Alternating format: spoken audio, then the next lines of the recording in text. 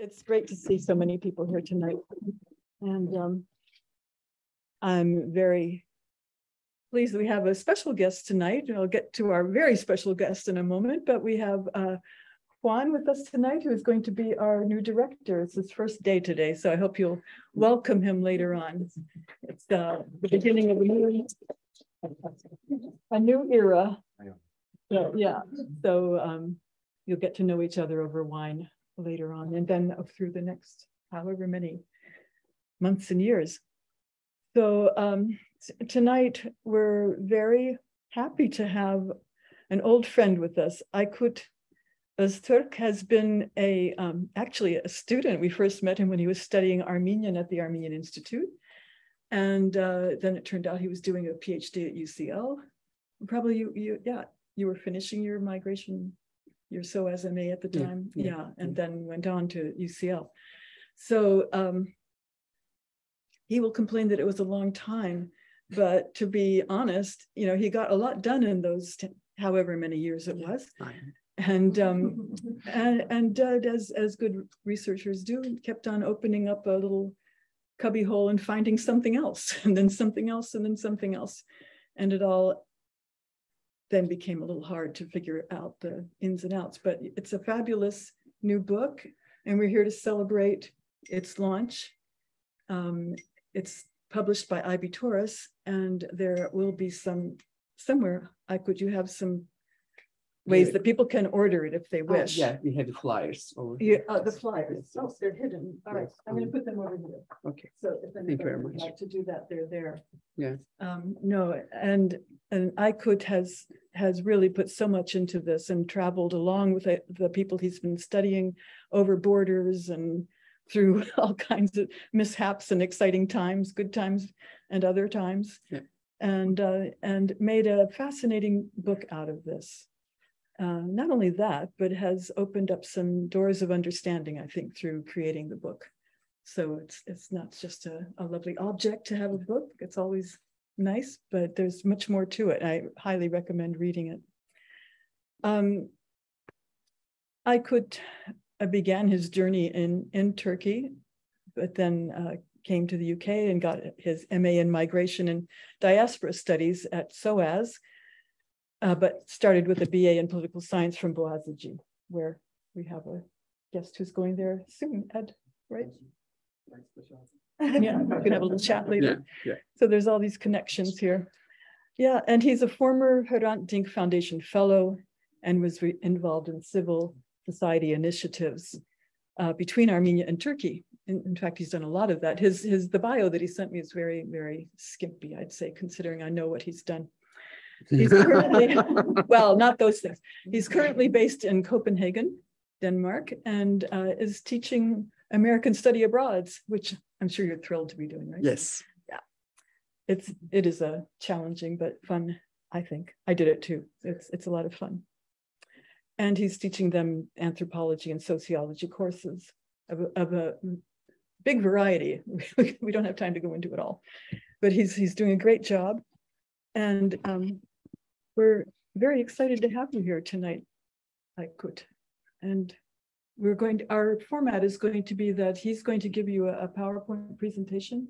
Then he and I will have a short conversation, and then we'll open up to all of your questions, and those people, the disappeared people online, can join us. So, yes. Okay, you'll make them appear. Thank you very right? much. Okay. Thank you. This is mine or yours? It's yours. Okay. Yeah. Thank you very much, Susan. Okay.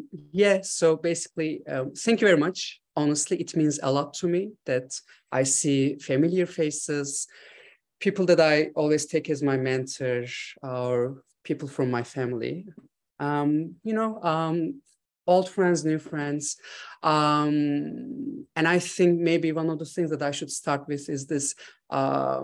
This book is based on almost 10 years of research, and it takes a lot of time for an anthropologist to evolve and transform into something that, you reach a point that you learn how to speak about your stuff and you start to recognize it, own it. Then there's also a point in which you feel like, oh, I have to find better ways and different ways of communicating with wider audiences. So basically, I will try to keep it less jargon as much as possible today.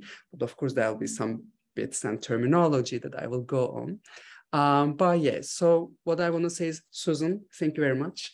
And everybody also in the audience, thanks for having me. It's my first time presenting my book because it also recently came out. So I don't really know about the public reaction, or like I didn't really receive any feedback yet. But let's see how it's going to happen. And, you know, maybe you can inspire me for future projects, future collaborations. I don't know. But let's see. So thank you very much for the opportunity once again. And thanks for having me on your first day of work. And I will try to make it not scandalous. Hopefully it's going to be fun and informative and entertaining. So I can start with, I'm an anthropologist, and I think that's the thing that I identify most in my life. I studied I studied a lot of things in social sciences. I have a BA in political philosophy, and MA in international relations, another MA in a different department. But I think the reason why I really ended up being an anthropologist is I think it kind of inspired me in the voice that I was looking for. I found it quite honest, radically honest, in the sense, A, you recognize your own limitations, B, you recognize your own prejudices and biases, and then you take this as a departure point to talk about what you want to talk about. Why I'm saying this? Because we are in the Armenian Institute, and I'm a Turkish person. And I was born into a Turkish Muslim family, to a Turkish great-grandparents and everything. So I don't have, as far as I know, I don't have any Armenian history in my family. So this is something that I should also really account for, and I should really inform you. So maybe some of the things I tell you, I look at the things that the ways that I talk about them, maybe it's only informed by my very Turkish way of looking at things, if such gaze ever exists, of course. So this is something to, I think, to keep in mind, basically. And then what I want to say is also, I'm very happy that like my very first book launch takes place in Armenian Institute, because I think we have to really close the gaps between academia and, you know, I don't want to say the rest, but the real life, real world, people that we conduct research about. So I think it's so vital for us to remember, hey, you know, we don't really leave this as a phase in our lives. You know, I would like to bring it back to the communities that I conducted research on. I think it's fundamental for me. Yeah, so sorry for this like little monologue. It's a monologue anyway. It's a PowerPoint presentation. And what I want to start with is this, like, maybe I find it important because I read a lot of books, a lot of theses, and people have these like fancy, really interesting titles and everything. But I always want to see this, like, why do you name your book in a very specific way? Why don't you have a specific discussion about how you name your book? Like, so that we can get to the point and understand what you mean. So that's what I'm trying to do, like when I first start. So it's called Mobility and Armenian Belonging in Contemporary Turkey. So it's interesting maybe for you that I didn't write Armenian mobility and belonging. I could have chosen that way. So because I think I take mobility as a more fundamental experience of all of us as humans, whether in the imaginary level or whether on the physical level, whether in the city, whether across borders, despite limitations and everything. We all move and we are all mobile in a different way, or the very ways that we are immobile is also informed by a lot of structures of mobility, basically. So that's why I want to really like reiterate that mobility is like the big word in here. And I'm trying to find a way to unpack or talk about Armenian belonging in a less essentialized way. And I want to really I really conducted research about what is being left of Armenian identity and culture when all the Armenians I know, they're dispersed all around the world, they're uprooted, displaced, or as in the case in Armenia, some of them, they can't also also move because we have a closed border between Turkey and Armenia. So it is not only mobility, but also immobility. I think they inform each other, vice versa. So that's why I really wanted to concentrate a lot on mobility. And I love traveling. And I'm so much like, I think there's so much we can learn from the people who always travel around the world, not in the touristic way. I'm not talking about that, but we can think about the old diaspora communities and unfortunately these violent histories that hits, Jews around the world, Greeks and Armenians, and of course a lot of people from different parts of the world. But I think maybe I also kind of feel a little, not little, like a lot responsible. Me as a Turkish man writing about Armenian issues and some of the archetypal diasporas we always talk about, Greeks, Jews, and Armenians, they're all related to our common history about the Ottoman past and everything. So I think it's very important for me to really tell you about what kind of person I am. I mean, I'm not telling you what kind of person I am, but, what kind of a surface I have. Then in that surface, of course, we have different layers and everything. So thank you very much once again for coming. It means a lot to me. So, oops, how can I go? I cannot move from the, I can. Thank you very much. So in my imagination, the presentation is two parts. The first part could be, I would like to open up a little bit about the terminologies that I use. And the second part is going to be much more informative about my actual research, basically. But also, if you feel, I'm sidetracked, or if you want to take my attention, ask me a question, you can always interrupt me because I wouldn't find it as interruption anyway. So the book and the research behind it, it studies the ways mobility itself produces physical and cultural differences among Armenians in and on the way to Turkey. So this is a book. In the title, it says it's in contemporary Turkey, but it's a book not only about the local historical Armenian communities of Turkey. It's also a lot about Armenians from the Republic of Armenia who go to Turkey, and I'm trying to understand why. And there are too many reasons, there are too many ways that we can talk about this voyage or this movement towards Turkey. Is it homecoming? Is it something else? Is it related to the history of genocide? Is it purely informed by economic concerns or whatever, or too many things at the same time?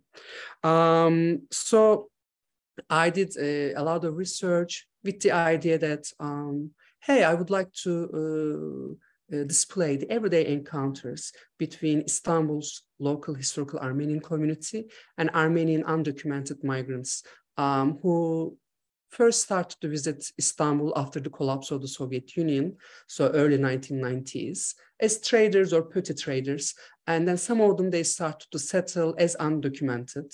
And then some of them, they started to make a living by way of settling in Istanbul, basically. So the idea behind this was, and this is the time period I started studying Armenian, I met Susan, the idea was, there should be a lot of cultural or everyday exchange and encounters between Armenians coming from two different countries.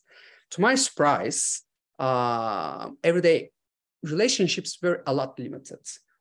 I mean, of course, there are everyday encounters based on economic exchange and everything, but I really didn't find this thriving community feeling. And this also gave me the kind of this prompted my curiosity about why this rigidity, why this compartmentalization. So that's kind of the gap between these two imagined communities, if you would like to put it this way, and why they didn't really communicate with each other. So that was my main understanding. So that's why my book is a description of placemaking that intends to demonstrate how people, cultures, and things are remade constantly as they travel. And then the book is based on 2.5 years of research between 2011 and 2013. Sounds like ancient history now. And various phases of follow-up, basically, that followed after in 2015, 18, and 22. By the way, all the pictures are mine, of course, as you know. I just wanted to make it like look nice. I hope you can see. Then places of research includes a lot of places. And I will get back to that at the end of my presentation. I conducted research in 3 distinct Istanbul neighborhoods, Kurtuluş, Kumkapı, and Kınalıada. We have a person from Kınalıada here. I don't know if we have more people who have a personal relationship with the island, but Kınalıada island is an island of Istanbul. And it's a very interesting context because the community somehow materialized by the borders of the island. And I'm fascinated by the metaphor of islands anyway. And there's this island living, and in which a community that is kind of hidden in a giant big city like Istanbul, it comes to the surface. And then you start to see, oh, people are speaking Armenian, oh, you know, and people coming from the diaspora, visiting their cousins and this and that. So there's a different everyday life on the island. So of course, it was very important for me to be directly attracted about the island. Then there's Kumkapı, of course. If you're Armenian, you must know where we have the patriarchate, but it's a marginalized, I would say, or a little bit forgotten part of contemporary Istanbul.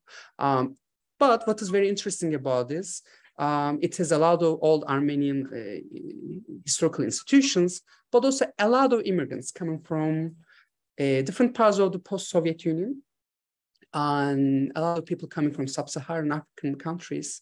So it's interesting to see these also everyday conversations between them. And also Kurtuluş is like one of the, I would say, middle class, lower middle class neighborhoods of Istanbul, where it was a Greek neighborhood, but it was transformed into an Armenian neighborhood. Then it transformed into something else. But this is not it, because I had a lot of issues in terms of how to conduct research. This is what we call the issues of access in ethnography. I mean, I'm a Turkish guy who wants to conduct research with Armenians. I mean, you know, like people are like, who are you? Like, you know, give me your family history first. So there is a lot of suspicion. I mean, it's not something peculiar to me. I have fellow anthropologists here, and of course they know that we always share this kind of, how to say, occupational hazard about how to respond to you know, people sometimes confuse us with agents. So what I thought was this, hey, and I think that was an interesting moment for me, and I will again get back to it at the end of the presentation. I decided, hey, I'm conducting research about immigration, about immigrants. Why don't I travel with them? And I thought, maybe I get to on this bus from Istanbul to Yerevan via Georgia, which takes about 40 hours. You know, the person sitting next to me, he or she will, or they will get bored, and they will eventually open up to me. So I devised all these like little kind of tricks. You know, I bought a lot of packages of cigarettes, put them like in visible places where people could see. So in all these like little breaks, people would approach me, ask for a cigarette. Then that's how friendships started, or you know, that's how I started my research. I did this journey 12 times, both ways. So I spent, almost a month of my life on the way to Yerevan and on the way back to Istanbul. So I have to really, that's why I really stress on that bit. Then the moment I arrive in Armenia, of course, people invite to their homes and everything. And you see like a lot of people, they come from the urban cities, urban centers in Armenia, but with a lot of recent history of deindustrialization.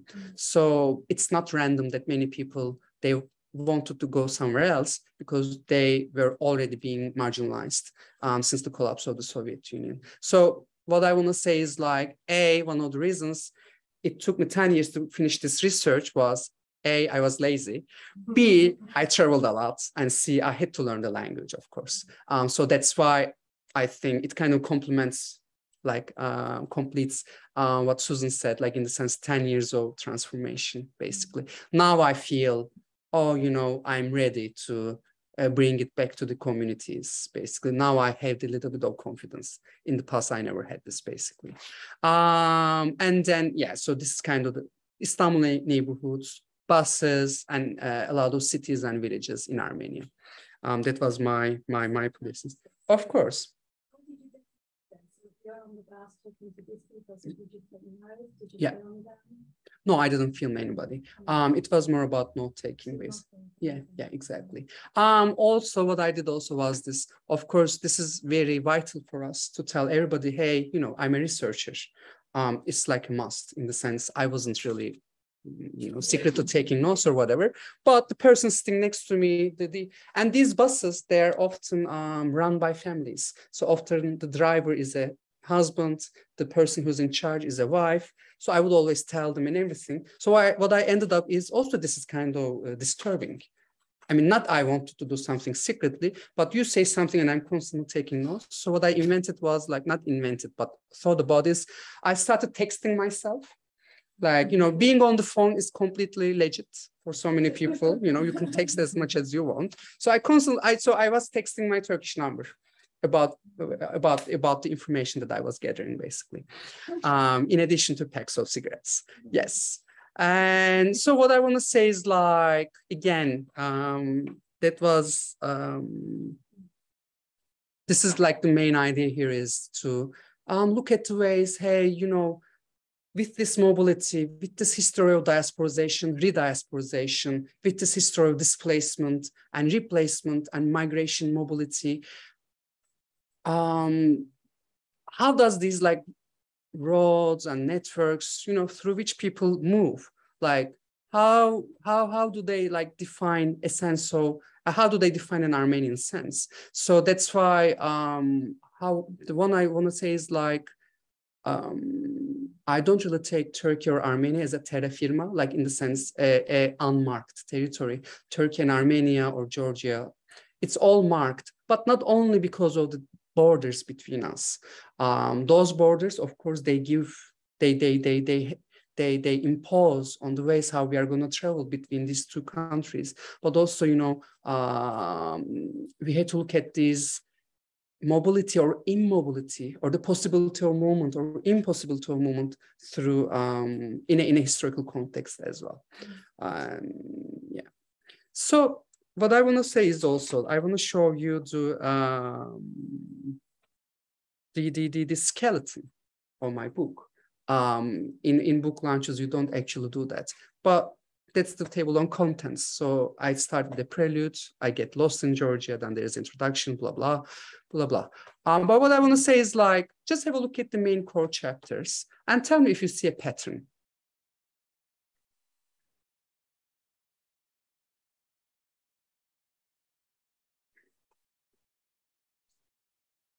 Plurality? Huh? Plurality. Yes. What else? Do you think so? It's more of a mystery than a pattern, but you start in Georgia and end in Georgia. That's also on purpose. Yeah, but hopefully you'll tell them. Yeah, I will tell them. Yeah. Anything else? Constantly moving. Yeah. Thank you very much. Exactly. Of course, like there is no right or wrong answer. The author is dead now, you know, like the people take it and they will understand it in the way. But what I want to emphasize by showing you the skeleton, the content is this, like taking the bus, expanding the outsides, making the centers, following the new roads, building homes, taking the slow boat. Then there's an island that is no more, which is Kınalada. But that's a different story and it's like a little offshoot. But what I want to say is like, I want to emphasize on this becoming, of this transformation. And what happens to, again, this Armenian self even, by way of, you know, roading and traveling constantly. That's why there's all these INGs, taking, expanding, making, following, but also it's all about with the specific intention of denote the undisputable component of mobility that informs being and feeling Armenian, probably. So that's why I wanted to show you the contents. And so for me, there have been, and there are several challenges in talking and writing about the people I conducted research on, like in the sense, how to say, foreigner. since we can take this. And I'm sure if you're an Armenian from Turkey, or if you have families from Armenia, from Turkey, and if you're an Armenian, I'll start with the word foreigner. It's so much commonplace to be treated as foreigners, or yabancı, which directly means a non-local person in Turkish. And it's very often the case, especially in the, among younger generations. People can ask you, oh, when did your family move from Armenia? And you would be like, in addition to all the bits of history that we didn't really come into terms with, we didn't really talk about. And that's kind of the icing on the cake, unfortunately, that like, it gives you a lot of legitimate reason to feel sad about when people ask you about foreigners. And but also I wanted to complicate more of that, like in the sense, the issue of minority. I have some of my informants in Turkey. They are puzzled, confused, and they get a lot sad and demoralized when they're being referred as a minority. And they don't accept that for political, personal reasons, of course. But maybe it's also time for us to think through that. Like, are we only going to talk about a thousands years old history or community just by looking at the contemporary numbers of it? What about all the heritage? So in Turkish newspapers, it's not very uncommon to see the last Armenian of Trabzon has died. The very last Armenian of this town and this and that. And when the community starts discussing about this, it's again very demoralizing because A, they don't believe in that. That's also, we can talk about separately. But also B, they're not happy about this representation of Armenianness in such a language, which is only like, it can be thought about, small numbers of people, because it directly makes them, it's okay to ignore them, basically. So it kind of reproduces that official government sentiment, unfortunately, this minority discourse. Yes, please. Just a comment, because recently I was with members of the G20 from Turkey, all of them, some of them academics working in NGO communities, but none of them acknowledged Armenians, and as in me, and would say to me, oh, you're Turkish. That's how they'd say to me, we're so common, your family history must be Turkish. And I did find it striking. I couldn't tell if it was because they were young and didn't really know much about Armenians, or if that's just a representation in modern day Turkey of Armenians. I think it's both, in the sense, a lot of the construct of Turkishness is also based on the fact that, we are the majority, and we are a solid majority, and we can always ignore all these like differences among us, but in fact we all look the same, which we don't. We all sound the same, which we don't. We all eat the same food, which we don't, and we all came from Central Asia, which we don't. But like, it's been constantly reproduced by way of education, by way of media, and this and that. So and I think it's quite interesting, like, and I have like people from Turkey in the audience, in the sense, I'm sure they heard this when people are like talking to each other in several, conversations around tea or coffee or raku or whatever, that like people asking, like, you're not from here. And like, it's always a huge, how to say, a burden for a person in Turkey to show everyone that, hey, I'm from this town, and then there's some ways that you should be able to prove it. But we always lack that proof, whatever. Or so that's why, in fact, the subtitle of the book is the meaning of the local. That's where I take this as a departure point. And unfortunately, maybe that's one of my main arguments is Christians or non-Muslims, because also including Jews, they in public Turkish imagination, they lost the battle, not the battle, but like they never qualify as locals anymore. They are always treated as foreigners. And of course, it's not for a random reason, but this is about, how not only 1915, but 20s, 30s, Turkey put a lot of, invested a lot in constructing Turkishness in a different way. But that's a little, I don't want to be sidetracked. I get sidetracked quite easily, but I want to come to this. And I also want to problematize the term community itself. And this is, I think, what I learned so much from Susan back in the day, like what makes a community a community? What constitutes a community? It's a word we take for granted. And the thing is, when we have a look at the Turkish legal code and everything, of course, Armenians, Jews, and Greeks are legally identified and defined as communities and also minorities. Like that's the legal tone. But what's a community at the end of the day? Or like to what extent it is based on people who look alike, who talk alike, who, you know, who share some things. So this is also something that I want to problematize, because in post-genocide Turkey, and when we think about the extent of the genocide, and when we think about the fact that contemporary Turkey is a quite large country, so you can think about the extent of genocide, not only depending on the numbers of people who were killed and who survived, but also think about all these different places who are very far away from each other. So who survived, and to what extent those survivors, the ones who stayed in Turkey, to what extent they can or they did form a community.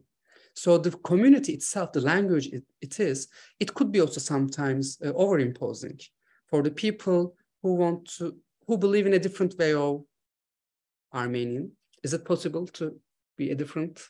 Like, is it, like, that's my main question.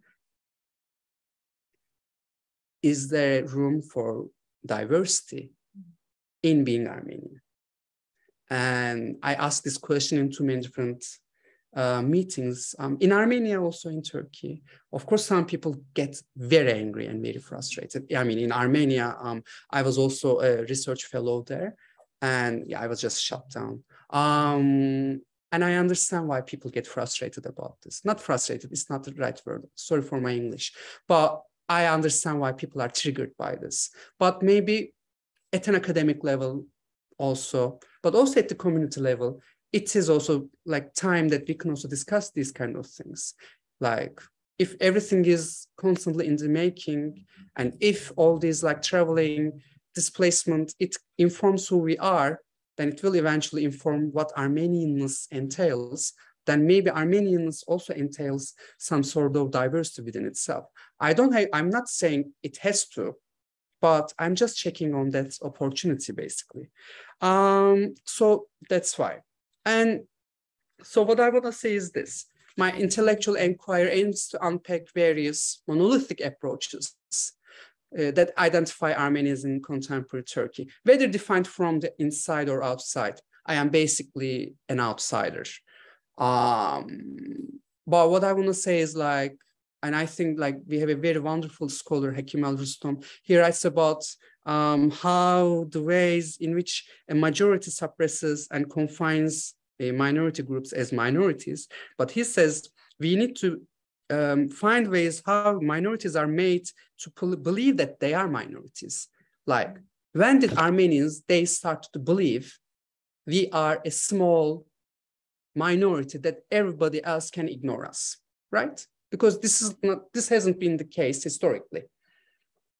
Of course, the issue of genocide, and of course, 1920s, 30s, the transformation of Turkey into a nation state, of course, displays, but also on an everyday basis, everyday life. Like when people, maybe they didn't decide on it, but when they start to feel that, oh, we are a small number of people.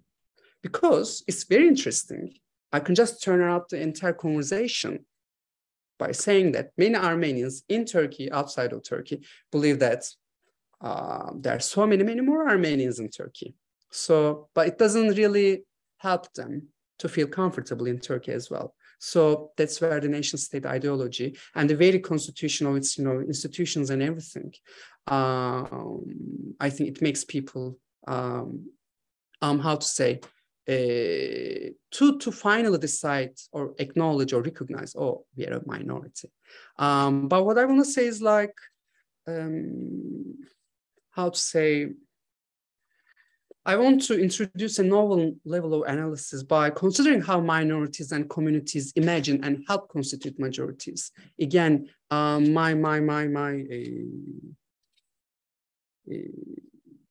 to say, I'm not trying to complicate or even like confuse the definitions between who is a victim or who's a perpetrator. My agenda is nothing about that. But my agenda is this: for the Armenians who stayed in Turkey, for instance, in what ways, not only their pure existence, but maybe there could have been other ways that when Turkishness was constructed as the hegemonic term, as the hegemonic identity, to what ways, because this was a power relationship, and it is a power relationship, as we all know.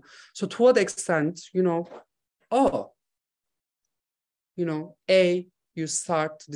decide that you're a minority, but what else? What else? What could have been otherwise? Like what happened, and in what ways Turkishness could really manage as the sole primary local identity or, affiliation in Turkey, to the point that we ended up thinking about all other people coming from Turkey as foreigners. This is huge. So what I want to say is this. One of my primary research questions in Istanbul with Armenians from Istanbul was this, and probably some people will not like the question and also the responses, again, because when I talked about this in Yerevan, there were people who were triggered by it. I asked people this: do you consider yourself also Turkish? Are you a Turk? And I'm asking this question as a Turkish man to Armenian people. And I want to say, I don't know any ideas about, do you think like how people responded? Is there any Istanbul high here, maybe? Yeah. Yeah. How would you respond if I ask you that question? Sorry, As I am or as an Armenian Turk? It doesn't really matter, but in the sense like, you have to feel like you are marginalized in Turkey. So if you're a person who feels you're marginalized by the nation state politics of Turkey, then I can ask you that question. Do you consider yourself as Turkish? Or is it a good or a bad question for you, for instance? It's a difficult question, I know. Yeah. It's a difficult question because the definition of Turkishness is not only the ethnicity or the culture or the language. Yeah. It also represents the power. Mm-hmm. That there is no way I can identify myself. Yeah. Yeah. So I think many of my respondents, they were in the same line, but also because Turkishness was constructed simultaneously at the ethnic, cultural, but also at the level of citizenship. Like my data says, every time they pass through the passport control, and when the Turkish passport officer, like the police, says, "Oh, you're a foreigner, but you have a Turkish passport. What is this?" Then that moment, my informants, they are like, "Hey, you are denying us being local or being the people of this country. So what kind of device left to you? So you can look out for ways through citizenship, which is Turkishness." So of course, many people will tell you that I'm a Turkish citizen and I have my rights and I want to have my rights for a better Turkey, for a democratic Turkey, for an egalitarian Turkey, so that I won't be mistreated like by the passport police. But again, this is an interesting question because many people in Istanbul, many Armenians, they take this very civic, like citizenship-based understanding of Turkishness, and they say, yes, in that sense, I am a Turkish citizen, and if that makes me a Turk, I'm a Turk. And in different corners of the Armenian world, which is huge, by the way, when you talk about this, of course, the reactions would be different. But the Istanbul community is also a very significant and peculiar one. It's kind of disconnected, not also so much disconnected. It is a little insular within the Armenian communities itself, for the reasons because because they don't feel comfortable in Turkey. I mean, I'm really like talking about like in a very, very simple language right now. I know. Let me finish, then I'll get back to you, if I may. But then, anyway, I forgot. Please go. Sorry, the question was, because Turkish in English means citizenship also, yeah, the ethnicity. But if the question was asked in Turkish, yeah, Türk Müslüm, Türkiye'li misin? Yeah. Different. Which one did you ask? So the question I asked was, kendinizi Türk hissediyor musunuz? Do you feel Turkish? Yeah.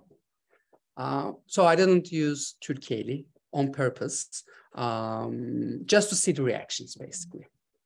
And thank you very much for your contribution. Yeah. Did you notice some kind of generational difference in that response? Excellent question. And yes, I think younger generations, they're much more outspoken about claiming, hey, I'm Turkish. Passport, this is 2023. What happened to democratization and everything? Perhaps, not perhaps. The younger generations, they're much more, but again, it's in a way they vocalize this in a way to better stress their democratic rights as a citizen of Turkey, basically. Bye. Can I ask one? This person. Yeah. Can I just ask? I mean, is it what the issue you're describing? Is it bespoke to Turkey and obviously Turkish-Armenian relationship? Even Armenian is being asked, are you? Oh, you have an Armenian name, so yeah, you're a foreigner. So, but you have the Turkish citizenship. Yeah. Obviously, that lands with the burden of history differently. I'm Armenian from Austria. Yeah. So I'm an Austrian citizen. Yes. So I would never perceive a question from, let's say, the Austrian border, which they wouldn't ask me that. You wouldn't receive it. They wouldn't ask me that. But I don't have a problem to say I'm Armenian with an Austrian citizenship. I'm Armenian, Austrian, Armenian. And I wouldn't have a problem if my Austrian friends regard me as an Armenian Austrian. It's just the feeling lands differently, I guess. Yeah. I mean, there is the burden of history. Yes, and it is very much informed by the contemporary politics of Turkey. Yeah, basically. Okay. Not only the history, but Turkey today. It also plays a role. What you're saying is it's conscious politics that is imposed by that is being applied by I don't know, Turkey to make you feel that way. Yeah. Sorry. I just need to jump on that. So, I mean, I'm conscious or subconscious as well, because Turkishness was like Muslims, Islam was kind of built into it. So as soon as there's any sort of signifier that looks non-Muslim, non-Oriental, unconsciously, are you a foreigner? Like that drive is kind of given to a lot of citizens as well. So there are layers of, it's not just that the state is plotting again, with that, but there's, yeah, sorry, I just jumped. But it's fine. Thank you very much. Yeah, let's go on with you, then I want to. This is what fascinating, because a lot of Armenians that I've met from Turkey have Turkish sort of names. They don't have the Ians or the Yans. Actually, most Turkish people, regardless of where, ethnically, they have Turkified names. So I'm curious how, when you're at passport control, do they know, apart from the fact that you do find blondes and you find very sort of varying first names? The names, but some of the names look quite. Of course. But I mean, like the person who were vocalizing this, of course, they had like a specific Armenian or Christian name, and also not all surnames are like that in Turkey. Like, because we had a surname law, but before that, the people who were registered, they could have registered with their youngs. After that, people couldn't register with their youngs. So it makes a difference also. So we still have people with the young surname. I move on. Can I? Yes. In now modern Turkey. For example, now there are a lot of Syrians and other communities. Like, what about the Kurds? Yeah. They feel similar kind of thing? It's an excellent question, because what I wanted to get at is this. Thank you very much. No. I mean, I said excellent question because I genuinely believe it's an excellent question, and I will really wrap it up and I will move on because I really couldn't get to the book. But what because it's a huge subject and it's a.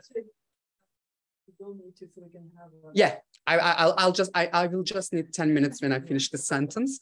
When I want to say is this: let's not take my informants only as pure pragmatic people who feel like Turkishness is only like something that sounds citizenship to them, because Turkey is receiving a lot of immigrants, refugees. More people are coming, contesting the idea of Turkishness itself, right? So who are the real Turks, or who are the better Turkish citizens? Then in that kind of conversation, if you go to Kanalada and having like a nice Sunday brunch with your friends, of course they will talk about the fact that, of course, in their own understanding, this is also based on class and everything, but of course, then the conversation will come to this: who are better Turks and who will be better Turkish citizens?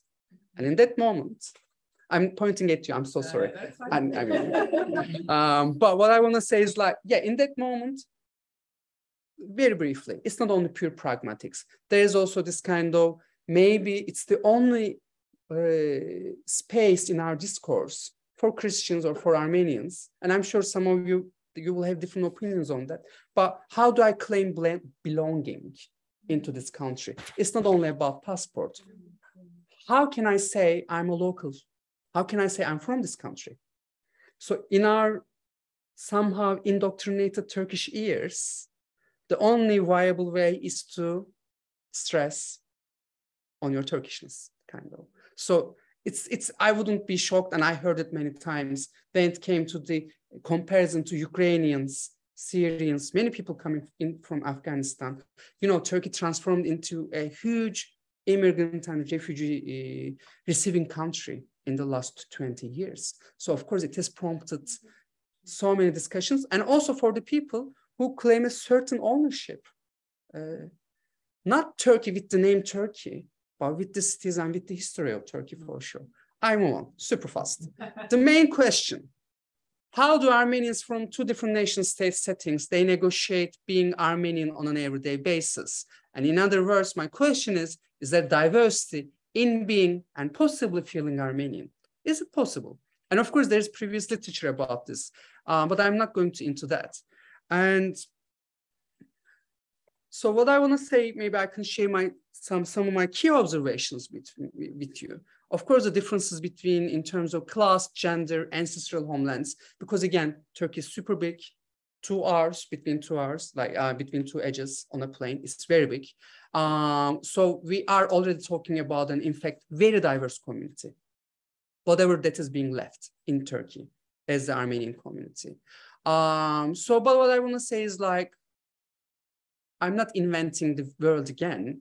And you will say, oh, he wrote a book about this argument, but I did, because I think it should have been. Nation state upbringing informs a lot about what kind of people we are, through education, through media, through everything. And Armenians in Turkey, they are not free of that, they constantly hear that about Turkishness, about how, to what extent they can belong or they cannot belong.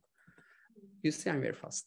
And more observations. Armenian communities, I use the word communities on purpose, not only in a way to differentiate between the Istanbul Armenian community and the undocumented community of immigrants, because I think there's much more diversity within that. And they are very much separated and compartmentalized.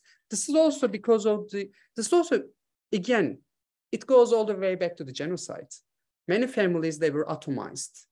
They were left as individuals in villages and everything, okay, maybe they were, rescued and saved and everything, but that feeling of community, I think, has been lost for so long. We have the big institutions, we have the schools, we have the hospitals, the patriarchate, of course. And of course, these are not only symbolic, they give a shape to a community, but there are so many people who are disenfranchised, is that a good word that I can use? I'm looking for my mentor to have blessings. And so basically, there are also so many people who feel this way. So whether there is the Armenian community of Istanbul, and I will say no. I would say there are Armenian communities of Istanbul, despite the fact that I'm talking specifically about the local Armenian community. There is way more to that and very much dispersed around the city. Maybe we can also talk about this. There are similarities and also differences between how Armenians from Turkey and Armenians from Armenia, they identify a person as Armenian. I mean, this is interesting. Like I would say great majority of Armenians from Armenia, they believe that a majority of Turkish population has Armenian ancestry. You go to Armenia, I've been there millions of times, your entire country is Armenian. Yes. No, we can talk about, but this is a common sentiment. But it's interesting. It doesn't allow them to feel comfortable in Turkey when they come to Turkey. For Armenians from Istanbul, they don't really have that kind of sentiment in the sense that like the entire eastern region of Turkey, or like, they're predominantly Kurdish, or, other groups as well. They don't believe in that sentiment. But, and I would say, still, it's interesting, they have a more diverse understanding of Armenians, because it's the Turkey, and I think Turkey still to date, despite the genocide, despite the population exchange with Greece, despite everything we, has done to Kurds and everything, it is incomparably a diverse country in comparison to Armenia. So it's kind of expected that Armenians in Istanbul, they have a little a more diverse understanding of being Armenian. And of course, there are a lot of mixed marriages, converts, return converts, people finding about their grandmothers and everything. So this is also something to be noted. And then the main argument is, for me, belonging. It entails some sort of a spatial imagination, how I imagine the space, and how it should be materialized by the possibility or impossibility of movement and navigation through space. I'm saying impossibility because it's both the recognition and a constant realization of the physical or legal barriers, basically, but also it's about future possibilities. The history didn't stop. People were displaced, but people still, they had, and they still have, future imaginations about Turkey, about Armenia, about Armenians getting together or being dispersed again. And if you're Armenian, I'm sure you constantly talk about some sort of mobility, visiting friends, talking about this grandmother, but it's all about different places. And I think it's a lot informs Armenians. And I talked about this. I finish with my main contributions, if I may. To Armenian and Turkish studies, I would like to say, what's my main contribution? I'm thinking, and what I want to say is this. Is there an Armenian life in Turkey, contemporary Turkey? Yes, there is. Unfortunately, the literature is dominated by, I don't want to say unfortunately, I'm so sorry, but there are a lot of books that claim, this is about Armenians in Turkey, but they're very much based on research in archives about, they come until 1950s and 60s and they stop. But what happened since then? Like there's an Armenian life in Turkey. So what I want to say is Armenian and Turkish studies, I'm grateful for it. It's dominated by history or historical approaches. We don't really have anthropology so much. And we don't really have anthropologists who work on this, basically. So I would say that's the contribution. To the discipline of anthropology, again, we have a diverse group of people here. Why only Armenians read Armenian studies, like literature, and Turkish people are interested in Turkish literature? Like Armenian history, for me, I didn't tell you how I started also, by the way, Armenian, but just pure personal coincidence. I don't want to talk about it. But what I want to say is like, it is also a very interesting, mind-opening experience of globalization also and dispersion.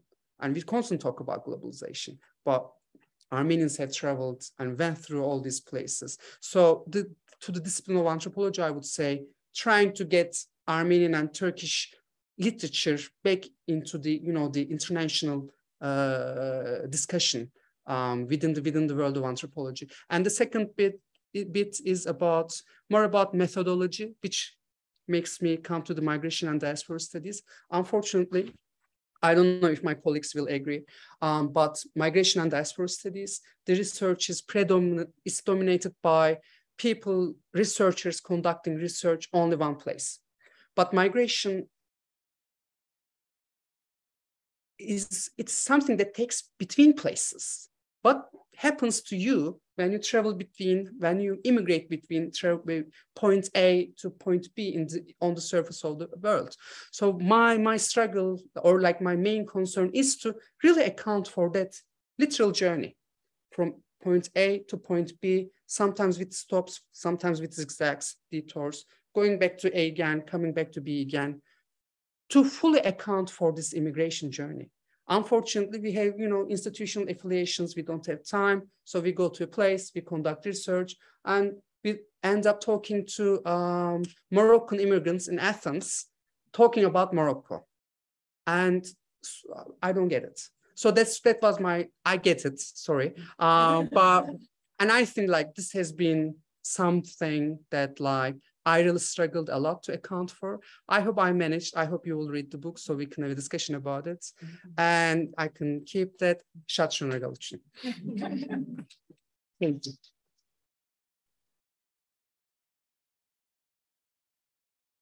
Thank you so much. That was extremely rich. And yeah, as you saw from the reactions, very full of ideas and things to continue talking about. There's a part of your book that although you crammed so much into this short time, we didn't really hear about the space making that you're so good at creating that takes place in mobility, in the trips, within the trips. Yeah. He portrays the buses that people go on as virtual homes, basically. Yeah.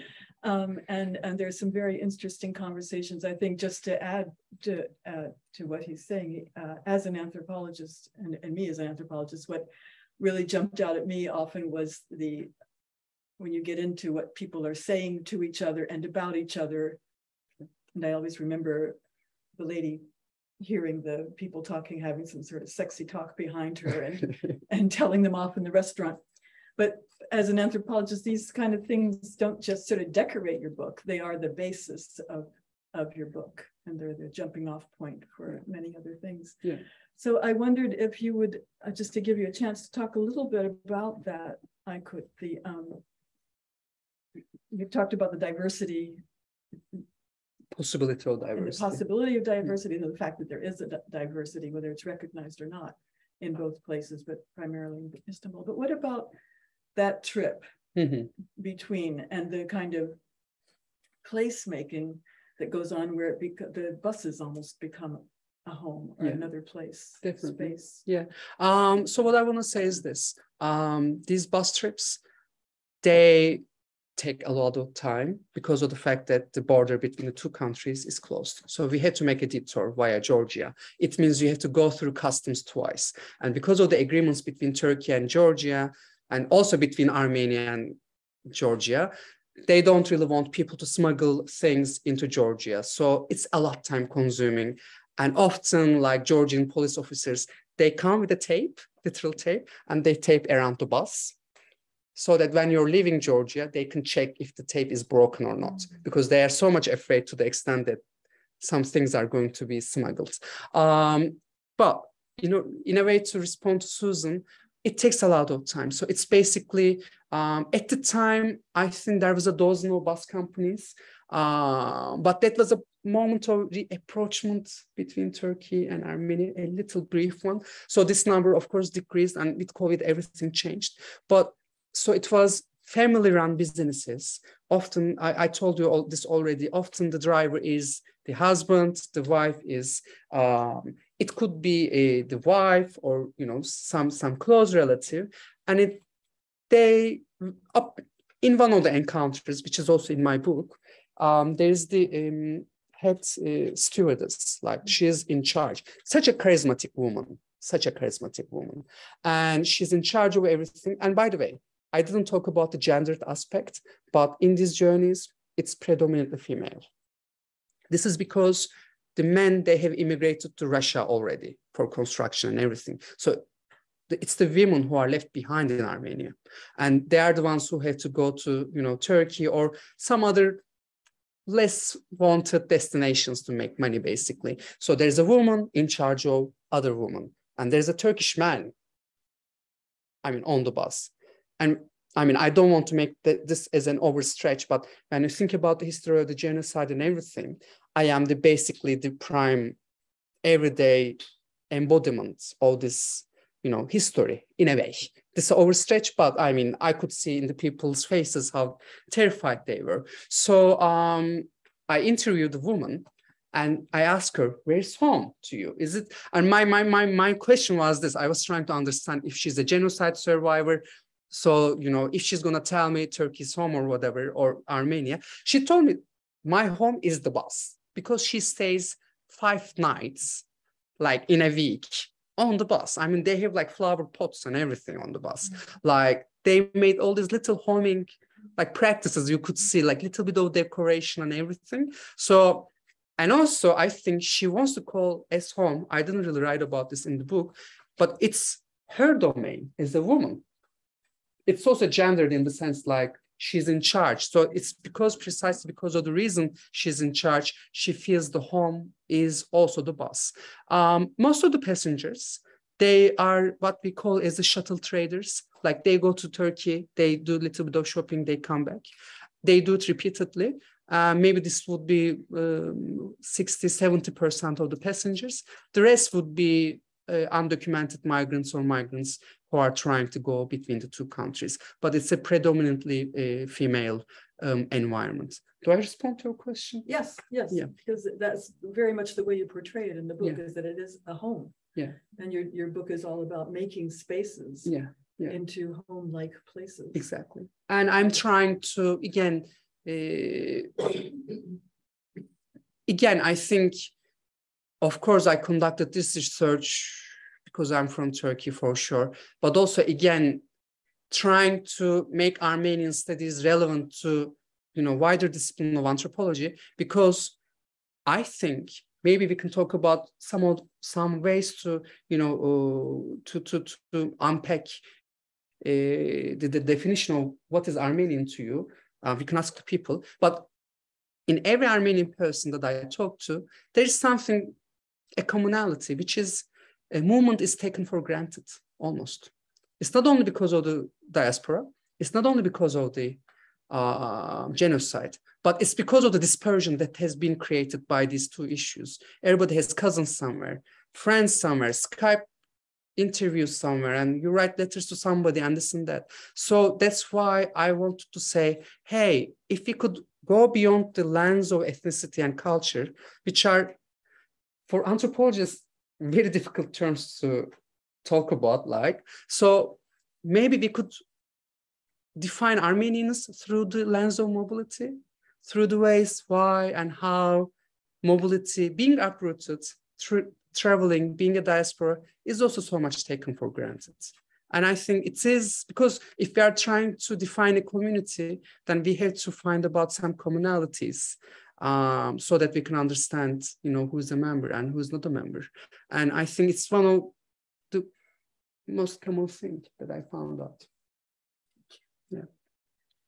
I think it's important to add, as again, as an anthropologist, that we are not only one thing. We're not only Armenian or whatever. We are also mothers, brothers, sisters, friends. There's so many identities that we carry around with us, and they come out more prominently in different situations. Yeah. And but I think your point about the many people overlooking the diversity within Armenian organizations is very important one. And of course, it's one of the reasons why we started the Armenian Institute, was because we wanted a place where people, a variety of people felt comfortable and felt like they belonged. whether it's just they belong to us, the Armenian Institute, or they belong to each other, we don't know. But as long as they feel comfortable and that space is also their space, that was why we started.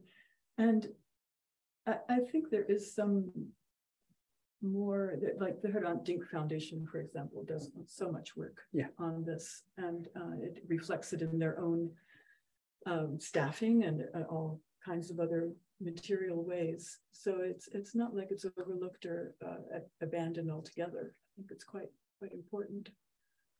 And I'm not quite sure how it comes up in Armenia. That's a more difficult question. Yeah.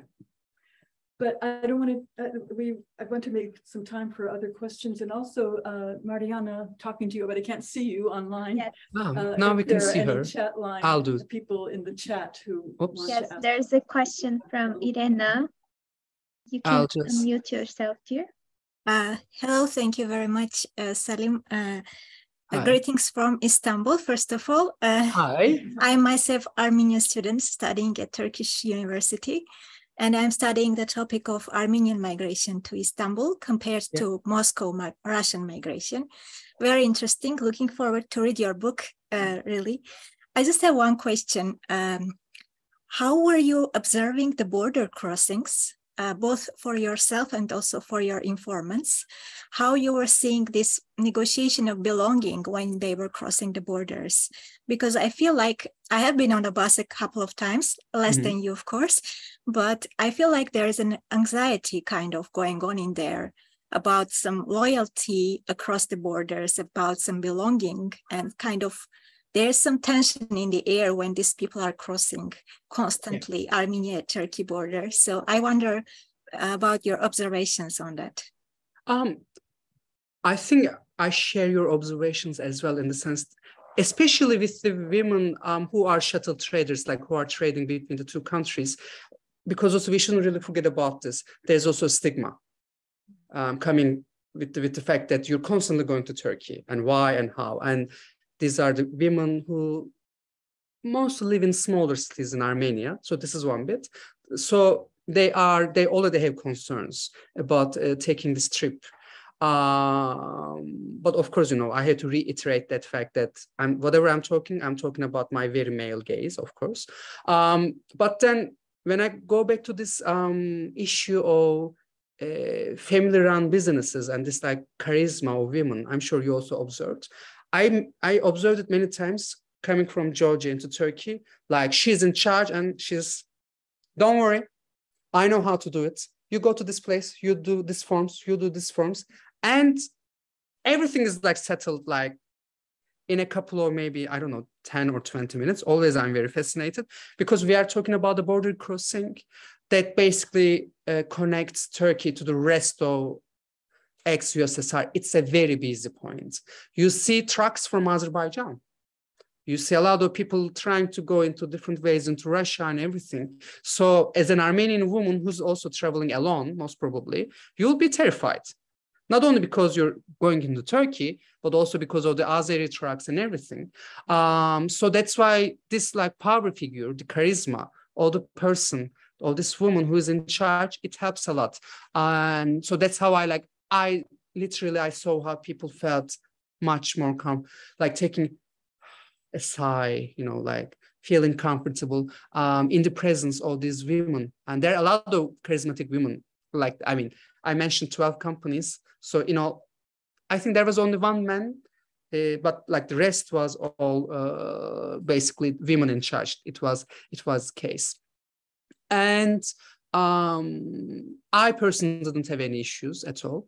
Going into Armenia, coming back from Turkey. And but coming back to Turkey and having no issues for me, it doesn't also necessarily mean that Turkey is super. It's not about that. It's unfortunate. It's because of the fact that Turkey is a big country, complexity, and Armenian issue or going to Armenia, having an Armenian stamp in your passport, it's a non-issue. I don't know, this is something about Turkey that I don't really know to what extent I can talk about. But I mean, if you're from Turkey, your Greek friends, they always think that we are going to go into a fight with Greece every week because it's always on the Greek news because some Turkish police has made some, crossings into Greece or whatever. And we would never hear about this because, I don't know, this is how our politics have made these issues into non-issues, I think, unfortunately. Do I respond to you well, do you think? Yes, thank you very much. Looking forward to read your book. Good luck. Thank you very much. Bye. Yeah. I have a related question, actually. It's the fact that it's a non-issue is the issue. Yeah, to a certain of course. extent. Years ago, for my father's business, we went to Armenia.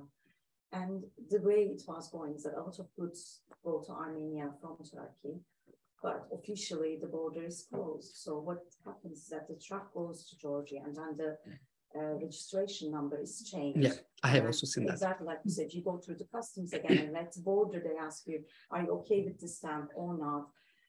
And the whole thing was like, of course, my father and his colleagues, nobody made a deal out of it. With my anthropologist, I'm like, I can't believe this is happening so many times during a single day. So that non-issueness, there is also layers and layers of existing fluidity, mobility of goods or people that in Turkey in particular, that we don't know about it. And by we here, I mean an average Turkish person, no matter how elitely educated they are or not. Like, does it make sense? So I guess that's the related question. What are the non-issues? So a friend of mine recently wanted to learn Armenian, and Crafting Foundation wasn't able to, they weren't running courses. And there was this, why? No one would ask you if you want to learn French or Spanish or Italian in Turkey, but him wanting to learn Armenian, West Armenian became a major issue in Come to the Armenian Institute. Based in Istanbul. Online. Yeah. One of our teachers. Wonderful. I didn't know. He found it now. Yeah. Yeah. So that non-issue slash Yeah. issueness, I think it, like you said about mobility and immobility.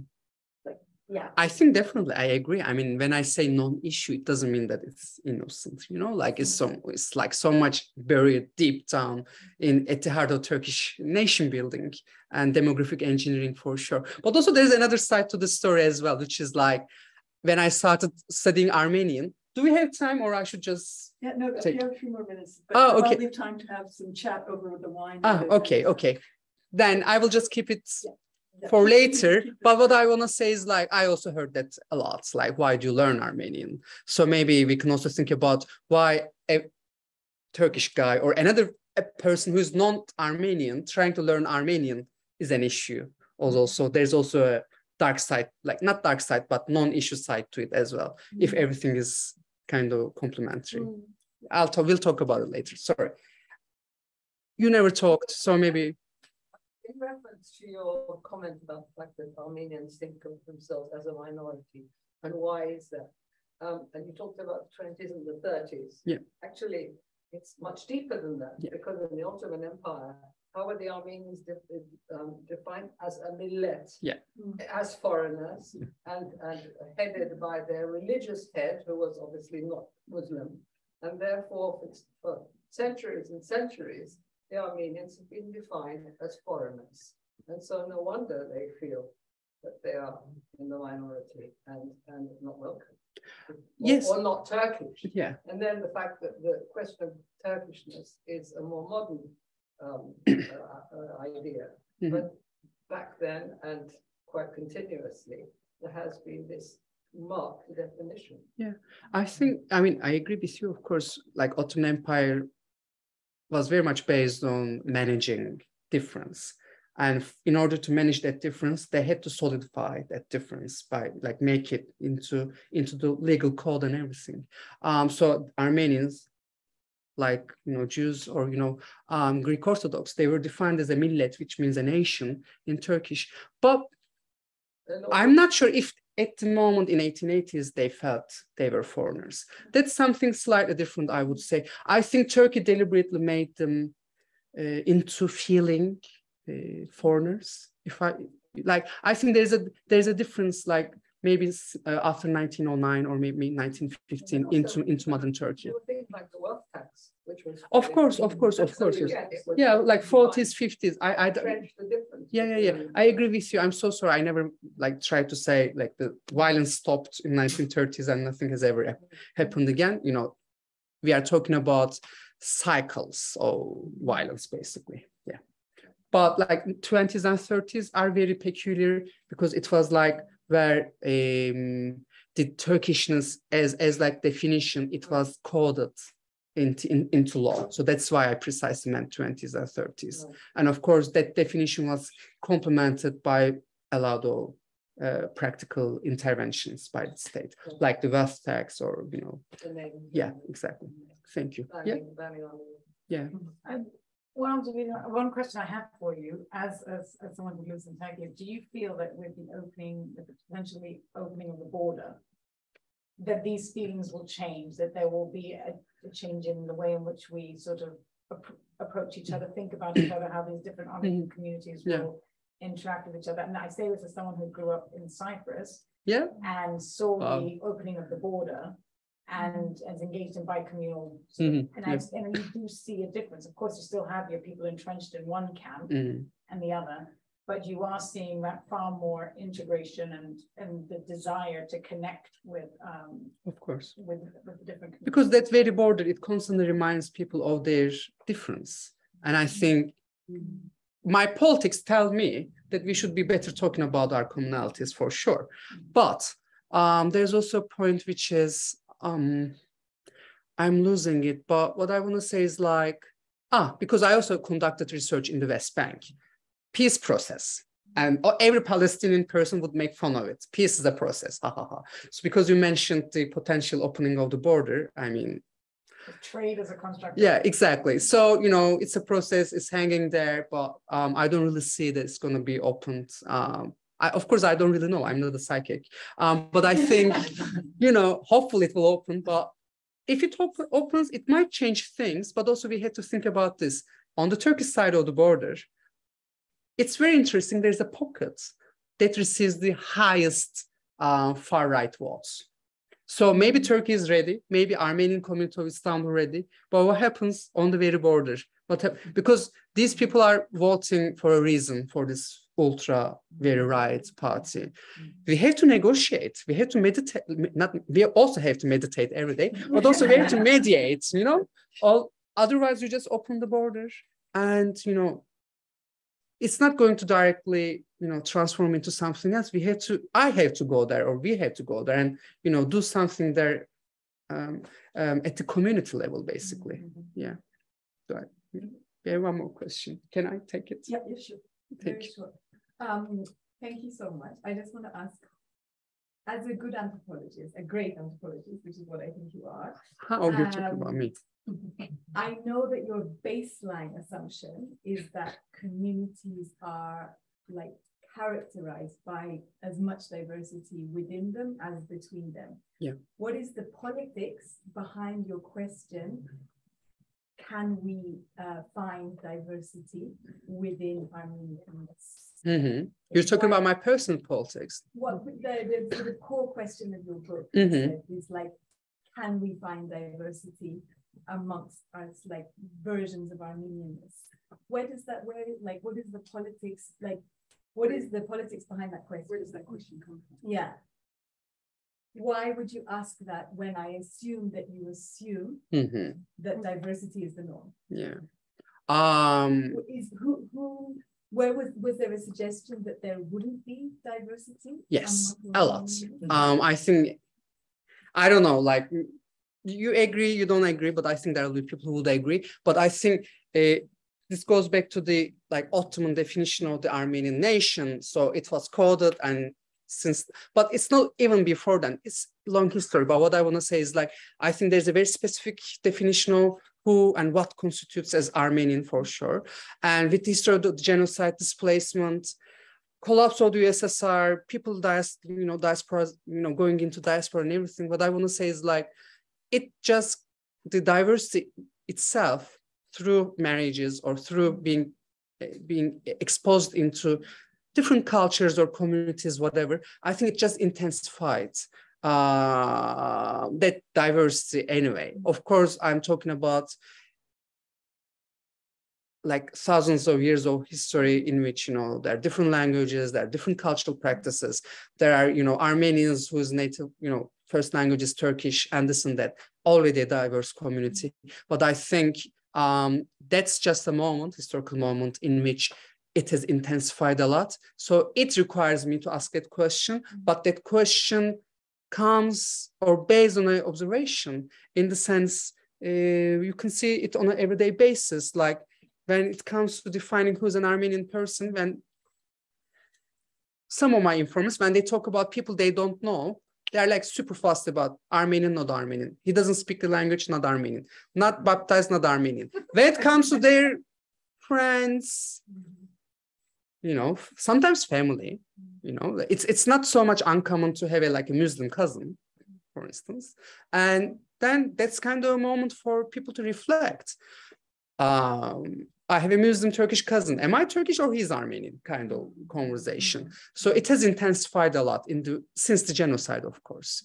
But of course, we are talking about the mega diverse community, you know, for centuries, for sure. Do I respond to you well? Of course, but like we have the boss.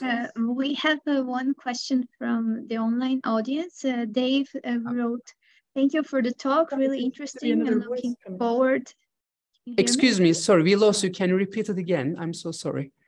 Yes, it's Mariana. I'm reading the question from Dave on the audience. Yes. He said, "Thank you for the talk, really interesting and looking forward to reading your book. Did you get any sense that any of the Armenians get that there is going to be a change? And if so, what does change look like?" We talk a little bit about it, but from your conversations with the Armenians, you feel that something will change? What kind of change we're talking about? I think I don't understand the question. Like, if we're going to talk about the very possibility, hey, different Armenian communities in Istanbul, whether from Istanbul or Armenia, they can merge into a single community. That's also change. Change at the political level. So that need to be clarified. Maybe he can write it to, and I can receive this very last question from the audience here. Then I would like to respond to it. Is it okay? Yes. Hello. Yeah. Hello. I was looking realistically about whether there's going to be a change of political will within Turkey, and in terms of accepting kind of the Armenian people within their borders. I know I'm not an anthropologist. I'm an enthusiastic historian. So I just think, are we ever going to get to the stage where the border's going to open and we're not, and people are not going to have such a harsh view of their Armenian neighbours? Yeah.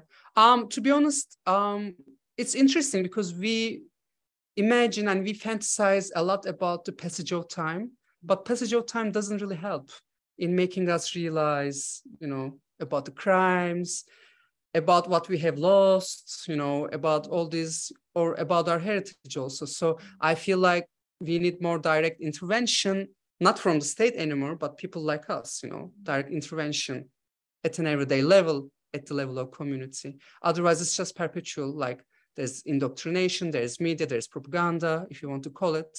So the passage of time doesn't give me any promise. And I am usually a very optimistic person in my personal life, to be honest. I'm so sorry. Let's take the one last question there. Yeah. How do the Armenians in Armenia that looks at the Istanbul and the community? They look at them as, just because we talked about Turkish years. Yeah. Of course, that must have influenced the Armenian in Istanbul this year. So how did they look at them? So it's very interesting because for many of them, they don't really, for them, yes, of course. But again, this is more related to nation state upbringing, and otherwise, like, they don't really discuss or go against the fact that they're also Armenians, but they could come up with this kind of sentiments. We are more cultured. We are much more connected to our history. We know Armenian. I can read. We are, so there's like a lot of sentiments about being invested in the Armenian cause, Armenian history, and Armenian culture. And for the reasons that we already talked, many Armenians in Istanbul, they are disconnected from these things. And not all of these people are voluntarily disconnected from it, you know, because we don't have the institutions and structures anymore. We have it, but very minimally.